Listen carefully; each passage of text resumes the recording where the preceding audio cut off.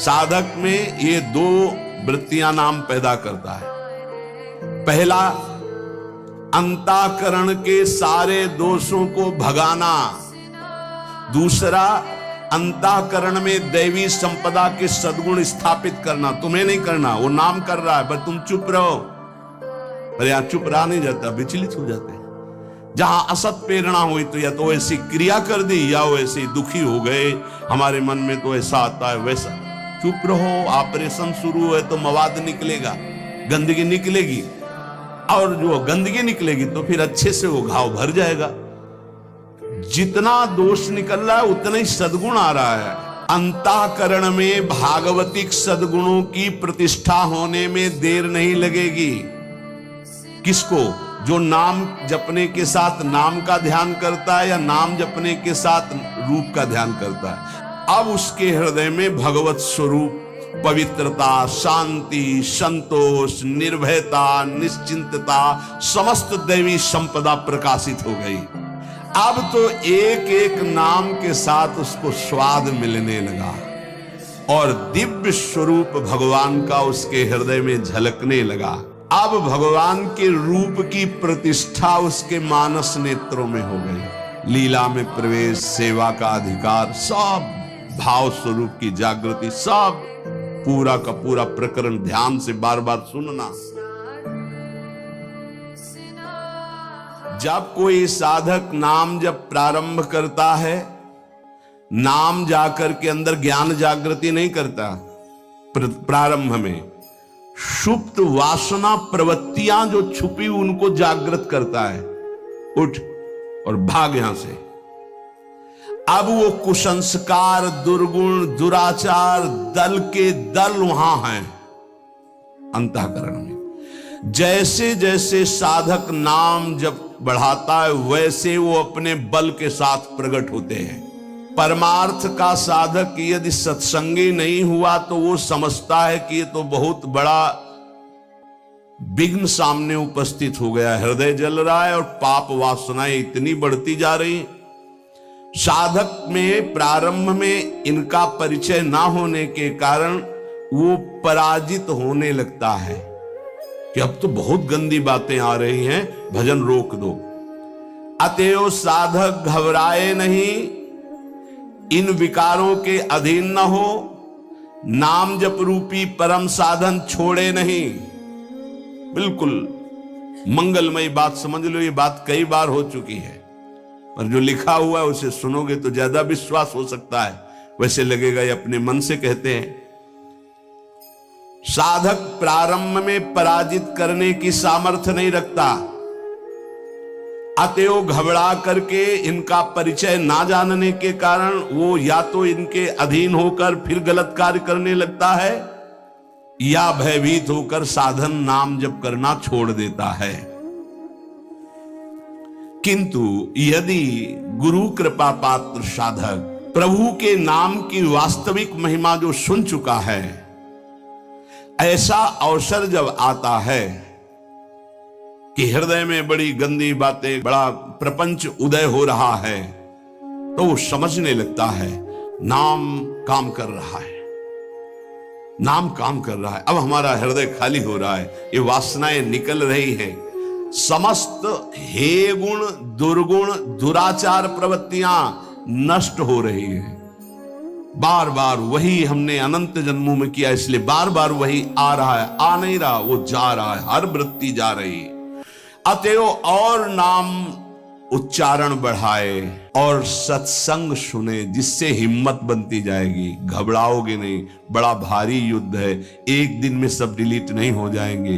धीरे धीरे जिन गुणों से भगवान रीझते हैं, ध्यान देना, एक विकार गया, एक गुण आ गया, वो विकार की वृत्ति गई, दूसरा गुण आ गया, खाली नहीं रखता। ये बड़े काम की बात है। जैसे जैसे नाम जब चलेगा, दुर्गुण, दुराचार, दुर्विचार, पाप प्रवृत्ति खाली हुई, उतने में सद्गुण सदाचार आके बैठ गया कि अब दोबारा उसको जगह नहीं मिलेगी।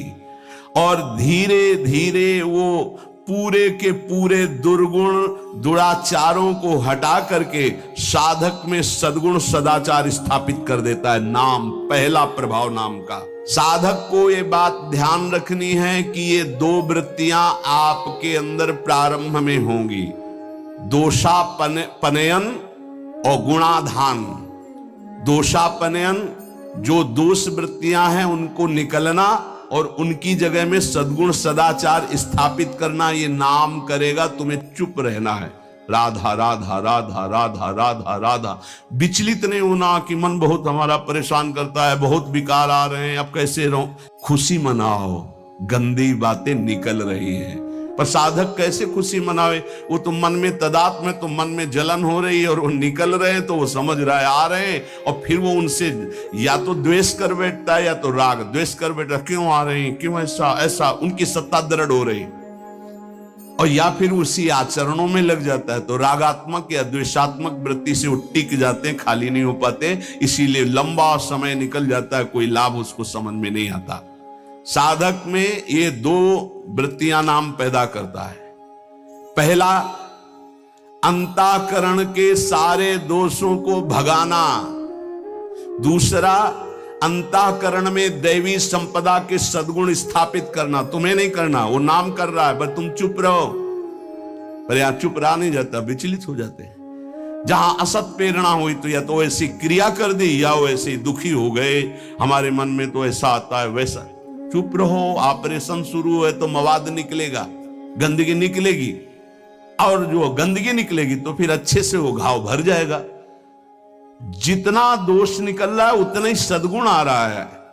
कितना सुंदर बात है, अगर ये न समझ पाए तो परेशानी पड़ जाएगी। बिल्कुल निश्चिंत रहिए, तुम्हारे अंदर काम क्रोध लोभ जो भी दोष दिखाई दे रहे हैं, आ नहीं रहे, जा रहे हैं, जा रहे हैं, और वो जगह खाली नहीं हो रही, वहां दैवी संपदा भर रही, जिससे भगवान प्रसन्न होते हैं। यदि हम नामोच्चारण के साथ साथ नाम का ध्यान शुरू कर दें तो और जल्दी दिव्य सद्गुण आ जाएंगे। अंतःकरण में भागवतिक सद्गुणों की प्रतिष्ठा होने में देर नहीं लगेगी। किसको? जो नाम जपने के साथ नाम का ध्यान करता है या नाम जपने के साथ रूप का ध्यान करता है। दुर्गुणों दुराचारों की जो प्रवृत्तियां हैं, बहुत सुंदर सुगम उपाय है उनके निकालने का नाम जप। नाम जप से ही निकलते हैं। सद्गुण सदाचार ये खाली हृदय में आकर बैठने लगते हैं। बहुत बढ़िया प्रक्रिया है, बस समझ लो, कोई प्रश्न नहीं रह जाएगा। जैसे जैसे तुम्हारा भगवत चिंतन अधिक बढ़ेगा तो काम क्रोध लोभ मोह मद मत्सर ये पूरा का पूरा अपना प्रभाव दिखा के नष्ट हो जाएंगे। ये पूरे के पूरे नष्ट हो जाएंगे, ऐसा शब्द नहीं आया, प्रभाव दिखा के नष्ट हो जाएंगे। जितना इनमें पावर हो पूरा पावर दिखाएंगे तुम्हें परास्त करने के लिए। नाम छोड़ दो, संसार में आ जाओ। पर जो साधक जमा रहता है, राधा राधा राधा, अब उनके अनर्थ और दुष्परिणाम और अनिष्ट चिंतन ये सब कुछ छूट गया। नाम से पूर्व पाप भस्म हुए, वर्तमान का जो अनर्थ है, दुष्परिणाम है, अनिष्टकारी चिंतन है, वो छूट गया। अब उसके हृदय में आनंद का प्रादुर्भाव हुआ। अब उसके हृदय में भगवत स्वरूप पवित्रता, शांति, संतोष, निर्भयता, निश्चिंतता, समस्त दैवी संपदा प्रकाशित हो गई। अब तो एक एक नाम के साथ उसको स्वाद मिलने लगा और दिव्य स्वरूप भगवान का उसके हृदय में झलकने लगा। अब भगवान के रूप की प्रतिष्ठा उसके मानस नेत्रों में हो गई। पूरा का पूरा प्रकरण ध्यान से बार बार सुनना। अब उसके हृदय में जो आनंद आया, उस आनंद में उसे आत्मस्वरूप का बोध हो जाता है। मन अद्भुत आनंदित, तो भगवत दृष्टि जागृत हो गई। ये दो अधकचरी दशा के नाम जापक होते हैं, इनकी बड़ी दुर्दशा होती है। मुख से तो नाम उच्चारण करते हैं और शरीर के आचरण करते हैं, वही जो मन बुद्धि कहते हैं, तो उनका वास्तविक नाम जप नहीं हो पाता। क्योंकि थोड़ी देर मुख से नाम उच्चारण कर लिया, फिर असत आचरण किए, असत चिंतन किए, तो ये जो अधकचरापन है ये बहुत कष्ट देने वाला है। सच्चा नाम स्मरण जो पीछे वर्णन किया गया, आपको परास्त नहीं होना, बराबर नाम। इसके साथ जब नाम का चिंतन, रूप का चिंतन, तब समझो कि आप अधकचरी अवस्था से बाहर आ गए। अभी तो बहुत गंदी बातें चिंतन में आती हैं, अभी तो लड़ना पड़ेगा, इतना तो लड़ने के लिए तैयार रहो। अगर ये कह दो ये सब हमसे नहीं होगा, तो एक उपाय है, किसी महाभागवत को पूरा जीवन समर्पित कर दीजिए, खत्म खेल आपका। ये भी देख लीजिए करके, पूरा जीवन अक्षरशः समर्पित, थोड़ी गुरुदेव की बात और थोड़ी मेरे मन की बात। ये अधकचरापन, भगवान ने नारद जी को कहा था, अधकचरे योगी का मेरा साक्षात्कार नहीं होता।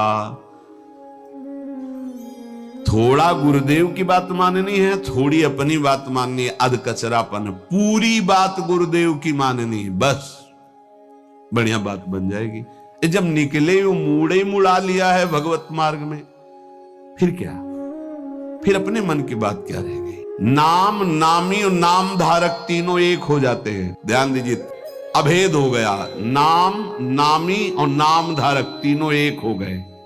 नाम में, नामी में, नाम धारक भगवत स्वरूप, कोई अंतर नहीं रह गया नाम में, नामी में और नाम जापक में। ये परिपक्व अवस्था नाम की, जापक की हुई।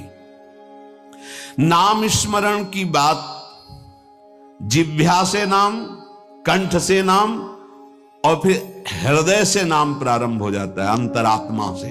अब जब हृदय से नाम चल रहा है तो प्रेम स्फुरित हुआ, बस सब सामर्थ्य जागृत हो गई। प्रेम जागृत होते ही सब सामर्थ्य जागृत हो गई। भगवत प्रेम हो गया तो शेष सब बातें, लीला में प्रवेश, सेवा का अधिकार, सब भाव स्वरूप की जागृति, सब। जैसे बछड़ा आ जाए तो गाय रंभाती हुई स्वयं आ जाती है, ऐसे ही जहां उसके हृदय में प्रेम स्फुरित हुआ तो प्रेम लक्षणा भक्ति जागृत होते ही प्रिया प्रीतम उसके हृदय में आ गए। जैसे बछड़ा आ गया ना, गाय आ जाएगी, बछड़ा के पीछे रंभाती गाय, ऐसे ही प्रेम भाव जहां जागृत हुआ प्रिया प्रीतम आ गए। ये न किसी साधना से न योग से ये नहीं होता है, ये नाम से होता है, गुरु प्रदत्त नाम से।